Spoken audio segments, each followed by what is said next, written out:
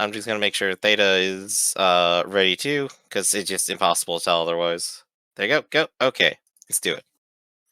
Hey everybody, welcome back to another episode of Notes from the Aleph. An Aleph is a high point from which all things are visible, and from our vantage point, we'll be looking at the tabletop role-playing games, their design, and the theory behind those designs. Around here, our motto is to be fair, build up, and have fun. I'm your host, GriffinVarro, joined by our editor, Theta, our local designer, Norman Rafferty, and our good friend and GM, Lessons Learned. When it comes to tabletop role-playing games, I have 15 years experience writing, playing, and frequently fixing problematic rules at the table. Pronouns are he, him, they, them, and Lessons, why don't you give it a go? Yes, I go by Lessons Learned here on Twitch, Lessons Learned 1, also Lessons Learned over YouTube. I have a couple of incoming series over YouTube that I'm working on. Complaining that between takes. And also you can find me on Amazon on Night and Stars, with a collection of speculative fiction short stories. There you go, and Rafferty. I'm Norman Rafferty, he, him. I work for Sanguine Games. You can find our fine books in many finer bookstores and some of the dodgy ones. And you can also find us on Twitter, which I thought I would say to date this cast. It's gonna be fun watching Twitter just slowly burn. That's how we date ourselves here. So, for today's topic that isn't Twitter, when we sit down to play, we often have like an idea of what we want our game to look like. We sort of elevate those ideas of high drama and the climaxes that we find entertaining, and sort of dismiss a lot of everything else that gets in the way. Often, though, these obstructions in our way of our idea game might be a player who died and should probably come back, or players in general dying to one gunshot, which isn't very fun for the game. We'll talk about these obstructions. We'll take these obstructions and warp our stories and mechanics around them to get us back to the image of the ideal game that we have, romanticizing both our stories and our game mechanics. Today, we'll be looking at all the ways we kind of patch over our make-believe here. So, who wants to get us started this time, then? Because there's a lot to talk about when it comes to just trying to manipulate the game in a way beyond just like the simple cheating we've like talked about before, where we start like inventing brand new things or like completely disregarding entire parts of things just because they kind of didn't line up with like how we imagined the game would be. Yeah, I mean, I would want to clarify. So, romantic. When we describe something as romantic, we're talking about like the not realistic. The idea that this is a more idealized way we would want something to happen. And by idealized means we have an ideal. We've decided we want something. Like, I want to be Nathan Drake, an explorer that goes to remote locations. I want to be Commander Shepard. I want to be like, people respect me and I go off into outer space. And thus I'm at the front of everything and everything revolves around me. Even though in a real world, things aren't as fun or as interesting, that sort of thing. More realistic take would be one where this is happening all around you and that kind of thing. And to extend, like, these are games, so I assume people play them to have fun. I don't know what fun is. People know I don't. So at some level, they all have to be romanticized to be more enjoyable. I mean, we just did a stream on encumbrance, and like people are complaining, why do I have to track every ounce of weight that I carry? That's not fun. Can't we just hand wave over this and just say we have stuff? Can't we be romantic about it? Right, and I think like what I started with that conversation was that a lot of the ideas that we have that we romanticize are the genre of the thing that we're in. It's not realistic for like Freddy or Jason to suddenly appear in front of the heroes from behind a corner he couldn't have possibly gotten to while he was chasing them. But that's the convention within the game. It is real within the convention of a horror movie for that to happen. So when we play the game, it would be more real for it to happen because it fits our expectation.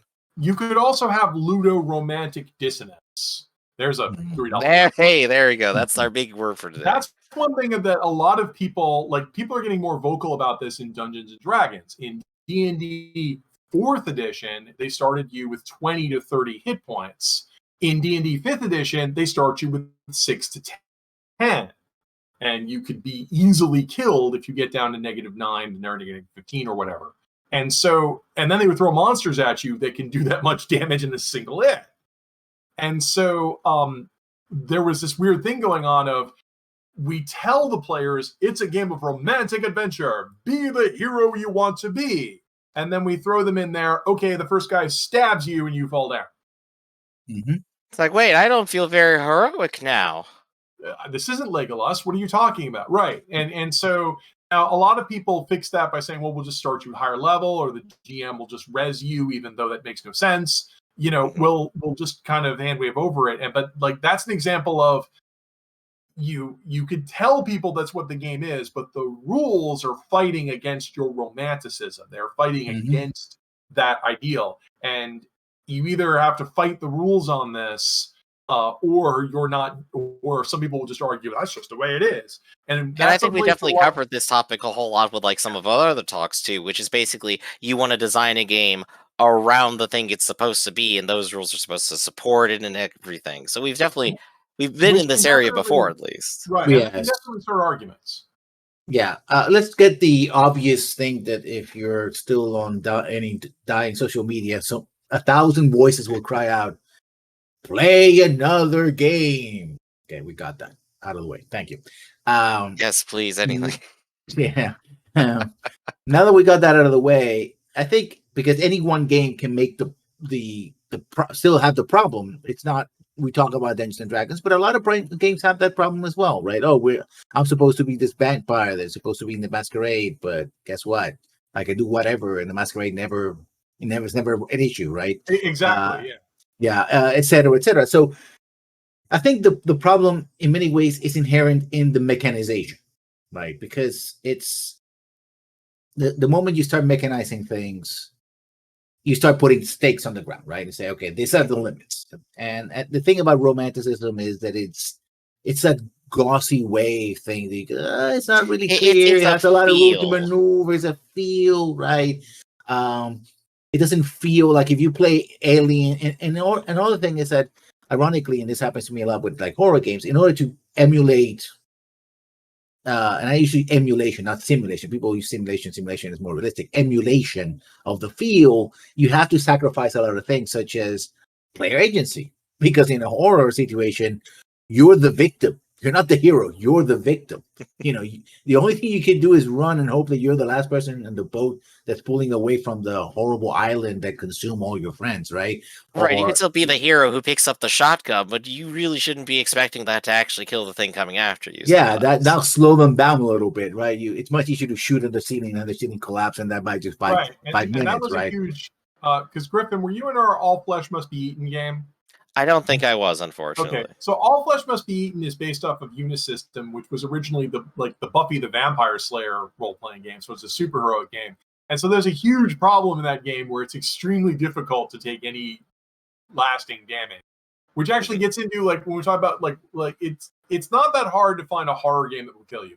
Call of Cthulhu has a very high lethality rate built into the game, but you might get the opposite problem where the rules are so romantic that they work against what you actually want to tell. Like the big problem we just mentioned in a previous podcast is a lot of these games don't want the players to die in one hit, which means you can't threaten to kill the players in one hit. You can't have a bad guy pull a gun and say, that's far enough, stop right there, because all the players will know a gun can't kill me in this game. It can't one-shot me in Shadowrun, it can't one-shot me in, well, it might be one-shot you in Cyberpunk, but it might not. If it's a low caliber, whatever. We might know we can't get one-shotted. The one I always like to point to is World of Darkness, which mutated into Chronicles of Darkness. To clarify, World of Darkness is the 2003 version. The modern version, Chronicles of Darkness, is different. In World of Darkness, you just had hit points. And if someone threatened to shoot you, it's like, I know he can't hit me for more than 3 points of damage, and I have 8 hit points. I don't care. They can't threaten. They would have to shoot me multiple times to kill me. And so one shot's not going to take me out, so I'm not scared. And you'd have a problem where people would get in a firefight and they'd be shooting each other. And because they have to hit each other 2 or 3 times for anything meaningful to happen, it didn't feel like, these were mundanes. I'm talking about mundanes. Like if you add vampirism to this, it's weirder. But just mundane people didn't go down. Chronicles of Darkness realized that was a problem and changed the rules to not only raise the amount of damage weapons do, but they also added a fear mechanic that if you take a large enough amount of damage in a single hit, your character will lose their nerve and have to stop fighting. Because I think the wound system also works towards this end as well, because as you take hits, it's like, well, something did happen to you, actually. You should care. Right. That's what I'm talking about. Like the problem was it was so romantic because they didn't want players to drop in one hit. They were having the opposite problem of now that players have the meta knowledge that they're aware they can't go down in one hit, they're going to react that way. And that would cause problems. And it's been 0 days since Rafferty's mentioned the Mercer effect. It's like if your GM told you that you were afraid and superseded the rules, but once again, this is what I'm talking about. The rules want to be romantic because players complain if they die on one hit. But if you change it so players can't die on one hit, then you can't create those situations anymore. But I will talk about something that Griffith said about, wound rules, right? The wound rules is like, okay, you don't go down, but you take a penalty, -1, -2, whatever, right? But then usually I've seen that in games that are supposed to be like more pop fiction, right? Sock'em Rock'em robots and stuff like that. And the problem with that is that, yes, in those movies, we do see Indiana Jones get cut and stuff like that, but he still gets to suck the Nazi in the jaw, right? That's a romanticism. But if you have like a -5, you try to go for a punch and you miss 10 times, and Nazi's going like, well, hell, doctor, are you trying to hit me, hell, doctor? It's like I know I've long argued that wound rules, are not the solution. They're not romantic because main heroes, when they get injured, don't become more incompetent. Right, they just shrug their shoulder a little bit and go, I'll walk off the gunshot later. I mean, we're recording this in November. If I hear one more person say Die Hard is a great Christmas movie, it's like, okay, John McClane did not have mounting penalties in that. Or if he did, he circumvented them in a way effortlessly. I mean, they make a big deal about his feet hurt. But Ho-Ho is a machine gun. And then they made more movies. They made how many of these Die Hard movies? So 4 or 5? Five, right. 5 and counting. Right. So on the one hand, you want our hero to look like they're having a bad time of things. But on the other hand, if you also want them to win in the end, and that's your struggle between, performative play and, I guess gamist play, which is, I mean, now we're at the big question with romanticism is, can the players lose? Right, and this is like the point where I think like the transition from board game to tabletop game becomes awkward, because if I'm playing a board game where it's like a dungeon adventure or something, I'm like, yeah, okay, yeah, I can lose. Like I've played Descent. I've definitely had the person running the dungeon master side of that board game kind of go, well, he just places a troll in the way and now we lost. But if that happened in a tabletop game, it was like, wait, so this is a little bullshit. Yeah, but the wasn't thing I about the board supposed to do game, something? the board game is you lose a session, right? You clear the board and you start again, right? Kind of like in a video game, you go to a save state again and you go back. Okay, I start again, right? But in a ongoing tabletop role-playing game, you're supposed to continue. And part of the meta romanticism of modern games is that your heroes never really die. Right, So, which is weird because since Dungeons and Dragons dominates the discourse and other games like Vampire and Call of Cthulhu are there, all of those games have permanent death. And so if your heroes are not supposed to really die, then that's the romance, and they do die. It's like, but it's not even more like you failed. It's more like, oh, you can't play anymore. Well, speaking of reasons why I'm angry at Twitter, well, that's still relevant. People kept posting this joke about like, what do you do when your players lose an encounter they were supposed to win? It's like, they just fought 2 goblins and somehow they all died. And it's like, well, I mean, this is romanticism versus die rolling. Okay, the problem is if you have dice and you're rolling them, and one of the outcomes could be we miss, and one of the outcomes could be they hit us and reduce life number to 0 and we die. then, anytime you're getting in a random encounter, you are accepting the possibility that we could all be killed. It could just not be our day. The bad guys won the lottery and we all die because that's why we're rolling dice. Unless the players run away, but that's a different issue. So the idea of we're going to game out we're going to waste everyone's time by setting up an initiative track and going into rounds and moving pieces around a board, but it doesn't really matter because you're going to defeat all of these foes. It's very performative where it might look like it's something, but now you're kind of in the problem of, well, if the rules have the possibility you could lose, then you might actually lose. Right.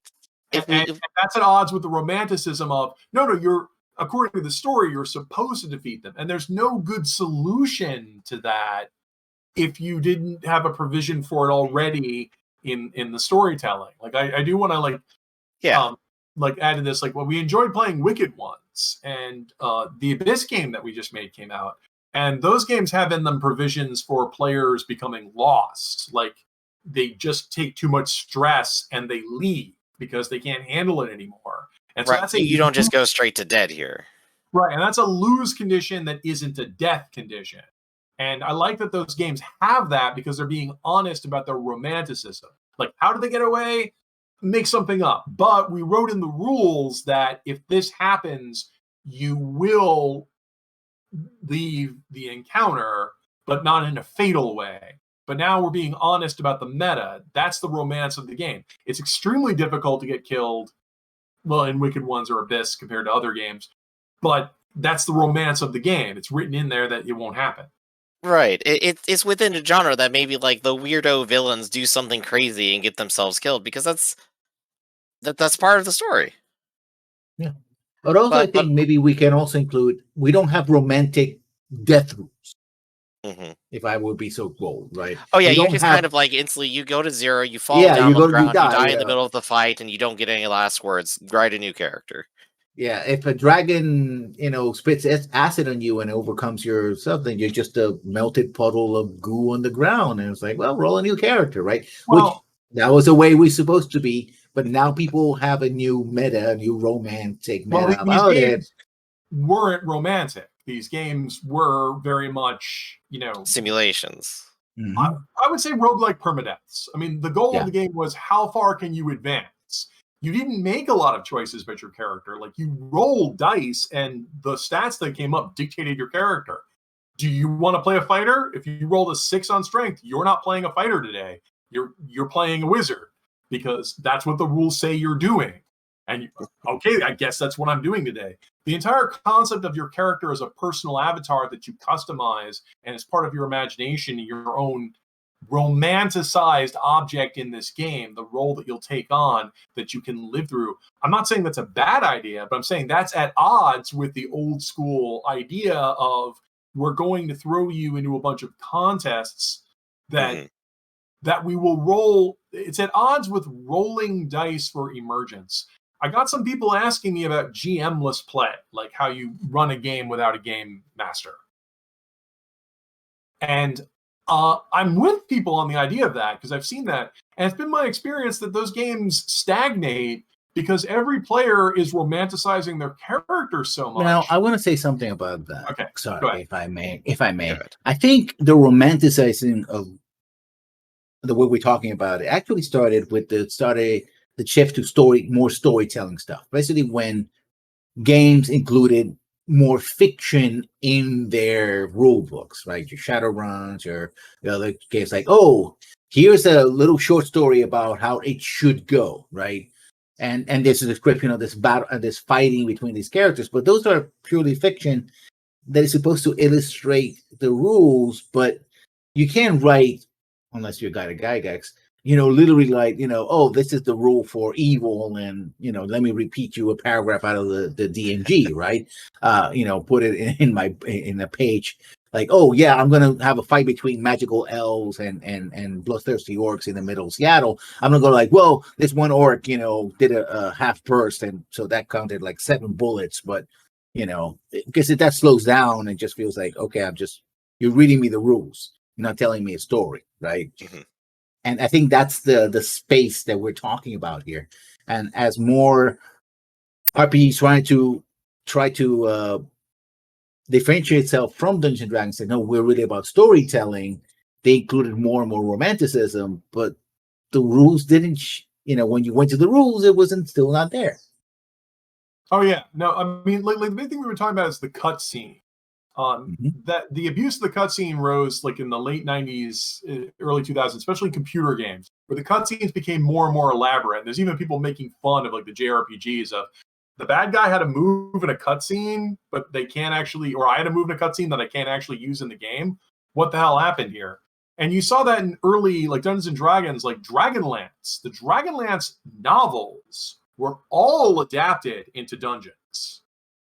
And then all the characters were adapted into D&D characters you could play, which means in theory you could, be Gold Moon or Half Elf or Raceland or whatever and wander through the dungeons yourself. But you don't have an author guiding you. Apparently, you could get killed and die. This is the adventure where your favorite character just happens to stumble across a trap and die alone. Well, the big thing that always stuck me was when this first happened to me when I was a wee one.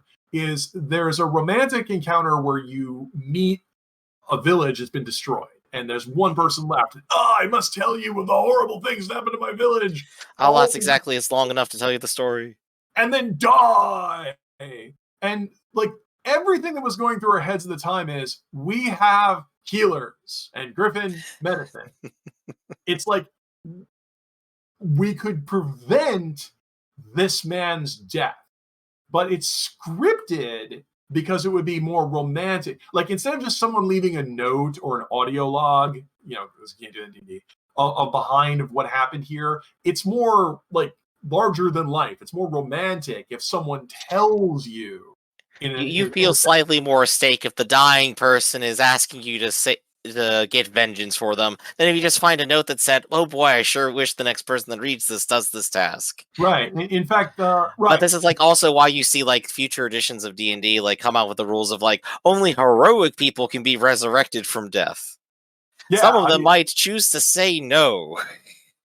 Evil people won't be rezzed or whatever. I don't know why all the evil people can be rezzed. You think evil people, but it's also why you see. The people made fun of this. It's difficult to do romance in the games because I won't say all of your players, but you usually have 3 or 4 players, and you'll have 1 or 2 players who are not interested in romance. It doesn't reward them. It doesn't give them any tangible bonus. And the way they've defined how they have fun with the experience is not in line with your romantic ideals. I have my medical degree here, and it says that the wounds that this person has taken by the description probably shouldn't be lethal for the next several hours, actually. Do you have a suitor here? I can go ahead and just sew him up real quick. Right. Well, and to be less pedantic about it, it's extremely difficult to do the confrontation. Like, you see this all the time in movies and stories. The bad guy shows up and talks to the players and taunts them or tells them their plan or verbally spars with them or something like that. It's a great role-playing opportunity. It personifies the bad guy, and you see it in storytelling a lot because it's more interesting. Instead of fighting some abstract threat that we don't see, we've actually met this person and learned to hate them. But you can't do that in many role-playing games because the writers are all well aware that in any party of players, you'll have at least one of them who will immediately draw weapons and attempt to kill them. Just immediately supersede and go, it's like, don't give him the time to talk, he'll prepare. Right, don't give him the time to talk. And then you're in the problem of, well, if I give the villain plot protection here, and this is where it gets romantic, if they have plot protection here and can just overwhelm the players or whatever, why wouldn't the villain kill them? It's like, well, the villain's being romantic and letting them get away. And then the players might say, well, if he's this powerful, and can just hand wave and immobilize us to tell us a long, boring story, we don't stand a chance because they subdued us in one round. So what happened was this disappeared. Like, this doesn't even show up in gaming as a concept because the games assume your players have no hope of romance. And once again, 0 days, this is why I mentioned the Mercer effect. Matt Mercer can get away with this because he's defined his game as a romantic performative game. If those games, when the GM has the bad guy come out and talk, the players realize, oh, this would be more entertaining for us and the audience if we engaged with them right now. We're supposed to be romantic, and therefore we are. That's the big dissonance here. Gaming, the way we see gaming structured, the guys who write it are so obsessed with encumbrance and weights and bullets and all that kind of stuff that they don't understand or clarify what the romanticism of the game should be. And also, I think that there's no rules that reward that kind of behavior, right? It's for example, rare. So getting into a verbal spark with the villain, if you know that either they're going to try to kill you or you're going to have to fight them eventually, right? And of course, if you're the heroes, you want to stop the villain from doing more evil, right? Then, well, kill them right there, right? It's I get XP for it. Get your cookie point for listening to him. Yeah, and that's it. But if for example, there are rules that say I can actually get some kind of advantage for verbal swearing, like try to surprise them or right, like intimidate them or something like that, then yeah, I think people would actually act like, oh, I can get a bonus for this, or I can maneuver. Right. And then yeah, why wouldn't I? Right. Yeah. I mean, like I would point out, like in theory, if you were playing an Apocalypse or Blades in the Dark type game, you could assess the situation, ask some questions about the villain while you're there, and those would be bonuses that you could carry forward in a later encounter. It would be both mechanical and it would be romantic. Like, I'm going to talk to this guy for tangible bonuses that I will get later when I'm actually ready to fight them. And that's built into these games, and we put it in our games, like Abyss, we put it in there. Whether players actually do that or not is, I also think like there's this weird thing going on of where we're not telling the players to be romantic. Like, the problem is when players show up at your D&D or your Shadowrun or your Cyberpunk game, yeah, you told them to be cold-blooded killers. Here's a list of all the weapons you can buy. Here are the tangible benefits you get for murder. Here, we even had you roll the personality up that says that you're impatient and you will not wait for someone to finish speaking before you act. We encourage you to do it. Here's the game endorsing unromantic behavior. I mean, if they had a rule in there of if you get the villain to gloat, we'll give you +2, and you could put that rule in the game. You could just put that there. But they don't put those in there because the designers aren't thinking romantically. And so instead of the game encouraging, and this is why I'm always railing against the Mercer effect. It's like the Mercer effect is because it's unwritten. Nothing in the book says, hey, if you're more entertaining, we'll give you bonuses to do things later. The games don't reward you for being entertaining. They reward you for being a power gaming minimaxer. Right, and I think like the important thing to say here is that like it's not that it's bad if a player decides that they want to attack the boss or something. It's that like everyone isn't on the same page or isn't quite having the same fun. No one communicated that. Nobody knows what they're doing about it. Nobody knows what they want out of it. So getting onto that same page where we can say, well, we're all here to have that romantic adventure where the villain is at the top of his castle shouting down to you about how you'll never reach the top, and then you reach the top. Great. But if you're playing like the simulationist one and you hear the villain up there shouting and you just like, I can cast fly and cast disintegrate at 5 miles. Well, why do I care if I get to the top? Those are two different game experiences. Neither of them is bad. But everyone should be aware of which one they're going for. Well, what level of romanticism are you interested in? What is your genre here? Yeah, every now and then it shows some person that repeats this hot take about how you couldn't do Lord of the Rings in Dungeons & Dragons rule set because you could just teleport there. There's no skateboarding on shields down staircases rules, you know.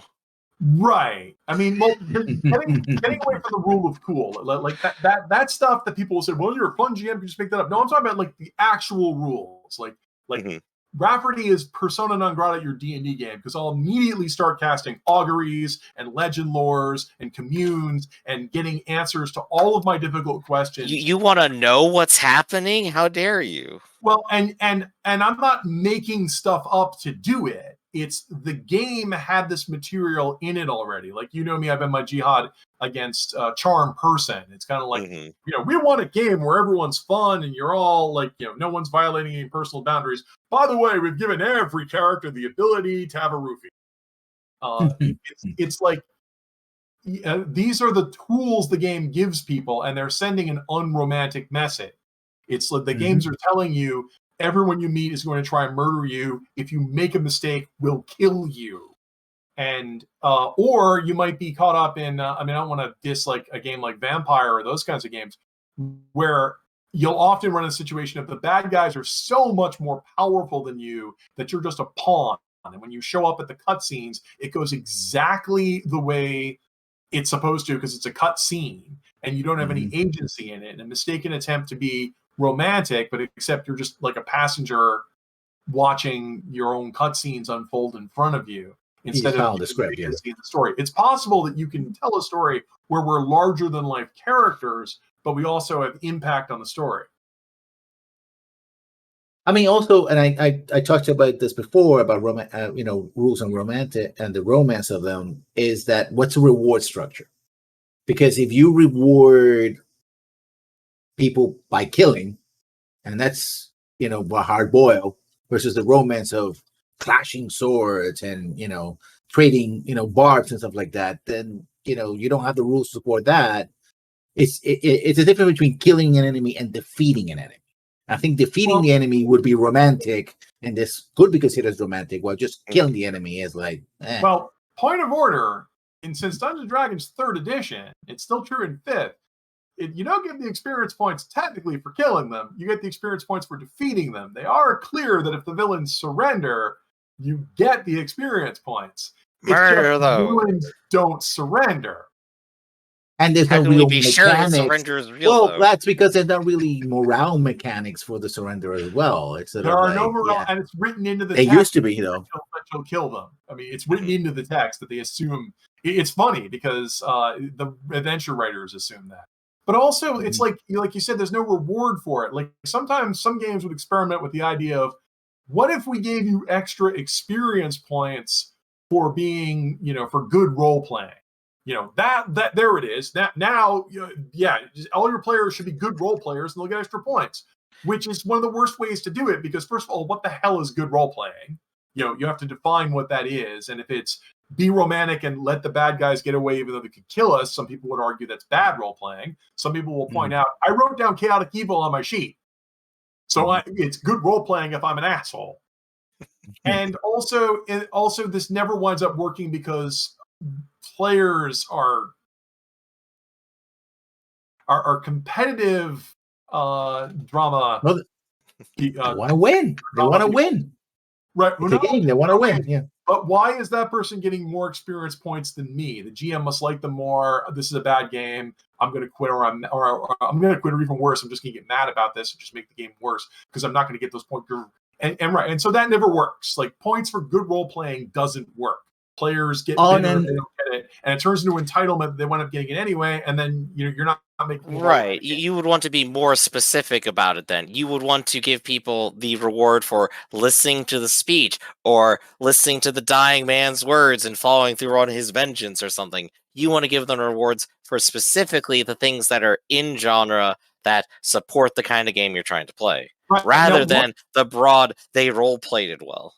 One of the games I saw that did a really good job, once again, Rafferty's going off on Wicked Ones, was not only did Wicked Ones have a rule that if you got stressed out, you just lost your shit and blew everything up, but they also had that Dark Heart rule that I really liked, which was a Dark Heart you can use to get a bonus on any roll, but you can only have 2 of these.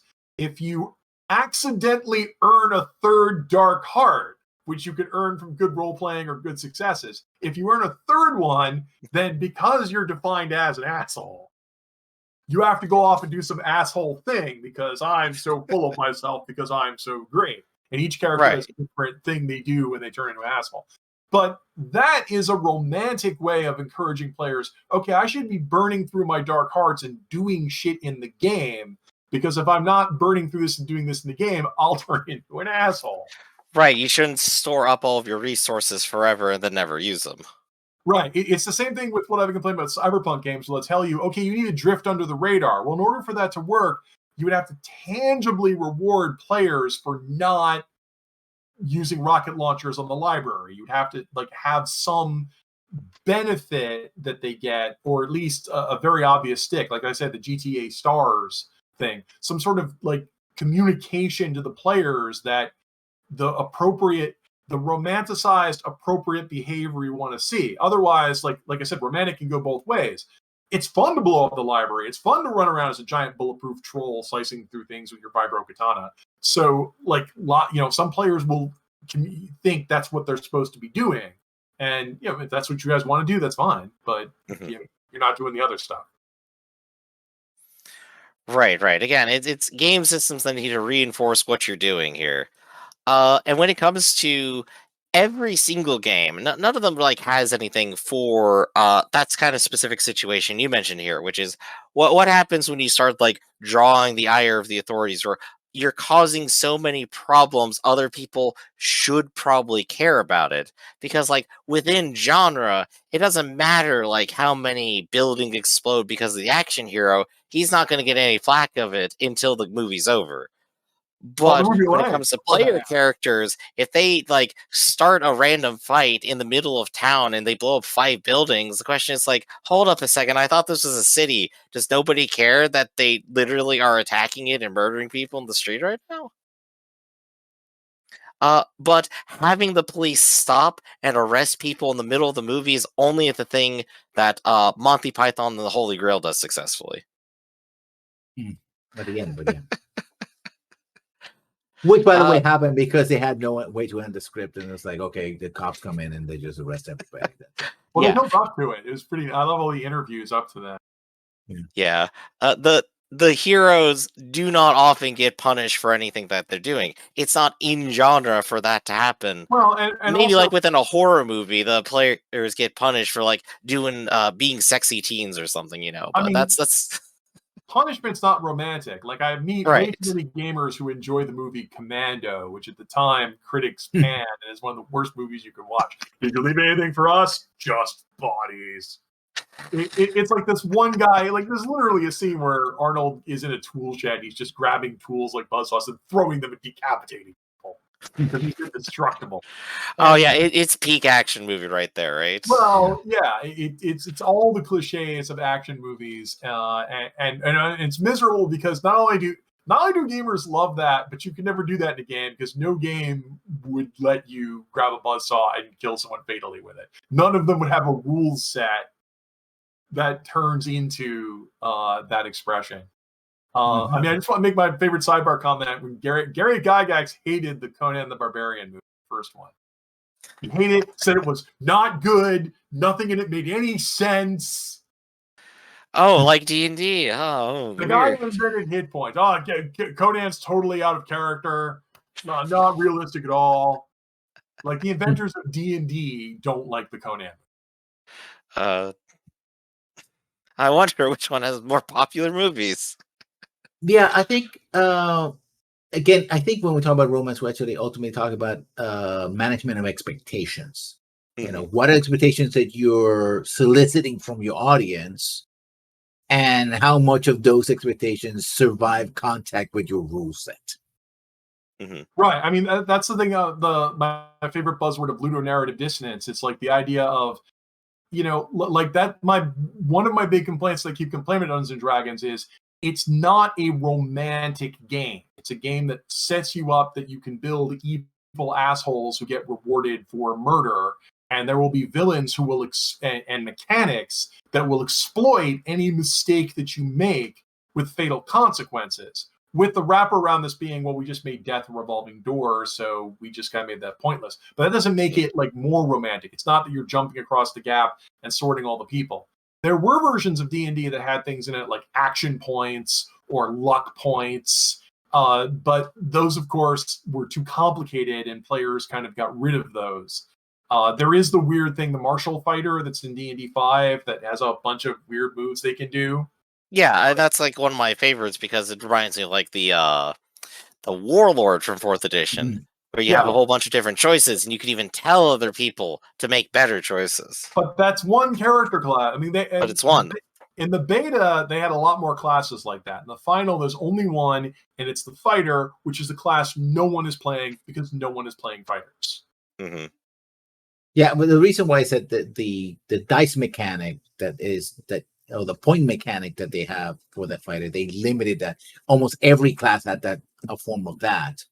And when they eliminated that for most of those classes, then it's like all the points, all the things that were powered by points also went with them. So, Yeah, no, Yeah. it's if you want to have a game that like has like romantic is also part of what's sometimes called great person theory, which is the idea that everything is happening in our story because people are doing it. You know, like the you know the evil draconians are marching on the Forgotten Realms because a tangible villain is ordering them to do it.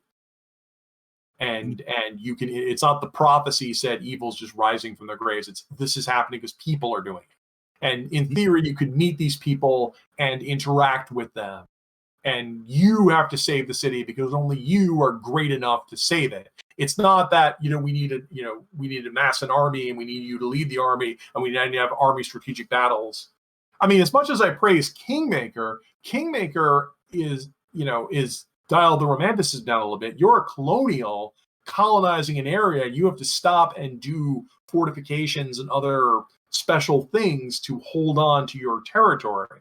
I'm not saying that can't be fun. I'm saying that's not, one of those action movie plots we're talking about. Right. It's definitely very much an entirely different kind of perspective than an action movie. It's more of a, it's more of, what's the proper way to describe this kind of genre? Like, war movie. lived in fantasy, I guess. Like you're there in the day-to-day fantasy more than you are there for the action hero. It's strategic. That's a good word. There you go. Because you are like organizing, building things, and having them run, especially without your intervention. You want to make a castle so you can leave it, and when you come back, it will still be standing. It'll still be there. Which also brings up kind of funny points here for Kingmaker itself, which is, all right, so you are now in charge of a country or a city or multiple cities. There's plenty of people who are supposedly guarding it, and maybe you even bought an army. Why are you adventuring still? Why are you personally, the king and or queen of your country, going out on specific adventures into the wilderness, into the middle of the woods, to just happen to see what is there face to face immediately? Oh, the Commander Why Shepard you? rule. Yeah. Yeah, it's the Commander Shepard rule, because you're the most important person there. I have in the past offered to players, like, if you don't want to personally scout everything, you can go ahead and just pay someone to do it, and I'll just reveal parts of the map and tell you where the cool stuff is. And they went, nah, this is our family activity then. They chose to make it more romantic by trying to recontextualize it. I mean, the Because thing is, of they're course, good players, they're players who knew what they wanted. but I think it's also part of both the romance and the rule set that your character is all important. So it's not romantic to just sit in the throne waiting for someone else to do all the plots. Well, it's not fun. It's not fun. And you're supposed to go out there. Well, you actually fight the dragon. If you don't go out in the wilderness and the dragon, you're not going to find the dragon unless the dragon decides to just drop in your lap. And it's like, okay, I am imagining a game now where you play the king who now has to specifically ponder the budget and go, how much I'm going to put towards adventures this year to go and fight the dragon. I mean, I'm not saying that's another genre entirely. Well, I mean, I've been advocating for games like that. Like, I was a little surprised that Blades in the Dark's default implementation wasn't that you control a gang of thieves and then you have more than one character that you take on the mission. I was thinking about Ars Magica, which would be the stereotype for this, where Ars Magica, you have a lodge that's filled with a bunch of people, some of them wizards, some of them fighters, and some of them with real skill. Yeah, Blades in the Dark is definitely way more limited in like organizational capacity than that. It does have the potential for it, but you kind of like have to build up for it. It's the same as building up the rest of your equipment in that game. And I was recently talking up Order of the Golden Dawn, which is a Cthulhu like that. But I'm sorry, you have a point. Yeah, I think Axe comes close in that you have different stages. You have Adventurer, Conqueror, King. And once you start going from adventurers, you have your henchmen, and they're the ones who sort of start the cycle. So once you move into the castle, you already have a backup character or characters that will take you over. And those are the characters that are going to go back, continue in the wilderness, right? Because your older character is semi-retired, still can do stuff, but they're doing more high-level stuff. and you show up for the massive battles and stuff like that. But you have a reserved character that then will take over, usually henchman or follower, or get back to the romanticism of this. A lot of modern games are sold on the idea that you will build an avatar of yourself that you will express in all of the ways that you consider to be good and cool. And you will build that avatar and play that in the game. So if you have to backtrack and tell folks, after all the advertising told them that, and the book told them, if you have to come in and then say, well, I want you to make multiple characters, or perhaps even share characters with other players and assume that role, whatever's appropriate to this. And like I said, Ars Magica would do that, but Dark Sun for Dungeons and Dragons did that. There were some ideas of that kind of like, what if you assumed the role that was the most appropriate for this? Some players will give you pushback on that because they say, wait a minute, I was told I could be whatever I wanted and be really cool, and you're telling me I can't be that. And so you get the paradox here of where it's a romantic fantasy that I can be the avatar I want to be in the world, whether it's even appropriate for me to be doing these things in the first place. Right, the framing of it becomes very important then to whether or not it's the thing you even wanted to do in the first place. Right, like John McClane is the hero of Die Hard, but he's also he's a policeman in reasonably good physical condition and motivated by a morality and a personal ethic. So he is a hero, and you believe him in that role. And also in Commando, which is a cartoon, Arnold Schwarzenegger is this giant,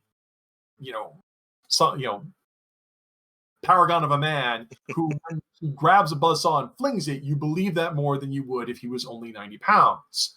So, these characters are appropriate for what they're doing. And that's kind of like that's when we talk about romanticism, has to do with appropriateness and stuff. In order to have romantic adventures, you would have to have romantic characters. Right, and I think that's maybe almost certainly a thing like that is never really properly portrayed at all. Like you have like occasionally the blurb of like this is what this class or this race is supposed to be like, but generally people just kind of like go with whatever they want to, and there's not a mechanical incentive to be more like the thing they're portraying. There's no elven haughtiness die where you roll it when you feel superior to things, but you get a bonus on whatever knowledge thing you're rolling or to your debate. That would be a mechanic that would reinforce genre and character. Well, I'm talking about, I'm almost about the Flanderization decay of whatever the fuck happened to kobolds. Because when 3rd edition introduced kobolds, they were lizard-like people who were lawful evil, had bonuses to crafting and trap making, and were very methodical in their documentation and worship of dragon blood sorcerers. Yet for some reason, they're comic relief now, where they're considered, they somehow got penalties to their intelligence, have short attention spans, and yip and scream a lot because I guess they're short and cute. And people decided that. It's because they're CR1 quarters, the answer. It's because after a certain point, there's no fear left of them because everyone has already surmounted the challenge so many times before. Well, and, at some point, the people at Camp Crystal Lake probably just have a box they open for Jason. I mean, peasants are 1/4 threat rating, but that gets into a whole different, I've also made a statement in game design. The game itself has to be written at the lowest level of silliness because it will only get sillier after it gets in your player's hands. Oh yeah, I definitely would have said earlier, every single genre, no matter what it is, once it's the tabletop RPG, is going to be the genre of 4 people making jokes at the table. Well, jokes are okay. It's when the game gets silly. I mean, the enemy of romanticism is silliness because romanticism has to play it straight. Like Arnold, the Commando movies or Die Hard movies, those crazy, or even like Lord of the Rings. Legolas is not a comic relief character. Gimli and Legolas may have a banter that they play back and forth that's humorous, but nothing they do is a joke. Right. But whereas when you get to players, they will immediately just start taking the shit out of everything because that's fun. Deflating other people's egos when you're in a game is sort of part of the fun. It's like if you see someone who's purporting that they're the biggest and greatest wizard in the world, you're going to go like, well, but can you do this? And you pull out your magic cards. Well, yeah. But or as I'm fond of saying, people have stories about when they rolled a 20 and stories about when other people rolled ones. Right. Yeah. So let's see. So let's start wrapping up the topic up. What have we learned about romanticization today? That it's often reach exceeds grasp, basically. Hmm. I would say as a summary to this is like sometimes people will ask, is the game realistic? And then people will get into another argument of what the fuck is realism and all that kind of stuff. And to extent, every game is romantic, if not sometimes they're romantic to make it more fun and enjoyable because it would be cool to be able to toss magic or cyber powers or that kind of stuff. Right. Sometimes they're romantic because we don't feel like dealing with all of this. Like when we talked about ammunition in a previous podcast, it's like tracking all the weight that I'm carrying, all the money that I owe people, all of that. That would be a lot of work. Couldn't I just hand wave over it and we just assume it's taken care of the background? That's also romantic. To an extent, every game, by the definition of being a game, has some level of romanticism about it that we're going to change the way stuff works, hand wave over it, or empower it to make it more towards what we think is enjoyable. But I think the summary we come away from this is, but we need to have a unified front about that. Many of these role-playing games have 20, 30, or 40 years of legacy bullshit. They're often written by people who, sometimes those people are malicious and want you to die, because I've read game rules where they want to kill you. Sometimes they're written by people who didn't think their rules through. And so the logical result of these rules, they didn't think, what if someone did them in a weird or untoward way? And you'll often get the worst hand waving advice. They'll just say, oh, just have fun. If you're not having fun, don't not have fun. By the way, here's 200 pages of rules. So to extent, we all agree here that we need to talk to our fellow players to find out what it is that we think is fun, what it is we don't think is fun, and give everyone the same buy-in, so everyone's working towards the same fun. We're going to have to compromise on this, but we need to talk to our players and find out what it is, because you can rarely, if ever, trust the game to explain what we think fun is going to be, which I think is a big tragedy of game design. Right, making sure everyone is on the same page, which ostensibly the rules should be doing in the first place, but if they don't, well, communication is still very key. Yep. So, I think that'll go ahead and wrap it up for today. For Notes for the Aleph, we stream episodes bi-weekly, Fridays at 2 p.m. Eastern. You can join us live at twitch.tv/Ractus. Norman Rafferty here is a partner and writer for Sanguine Games. Check out sanguinegames.com. Join us on the Reddit and Twitter, and of course, look forward to Book of Quarrels, which is now out. And go ahead and join Lessons Learned over Lessons Learned 1 on YouTube and Twitch. And of course, check out all of his wonderful books over on Amazon as well. And for over here, be sure to like, comment, subscribe, and come see us all again. Until next time, everybody.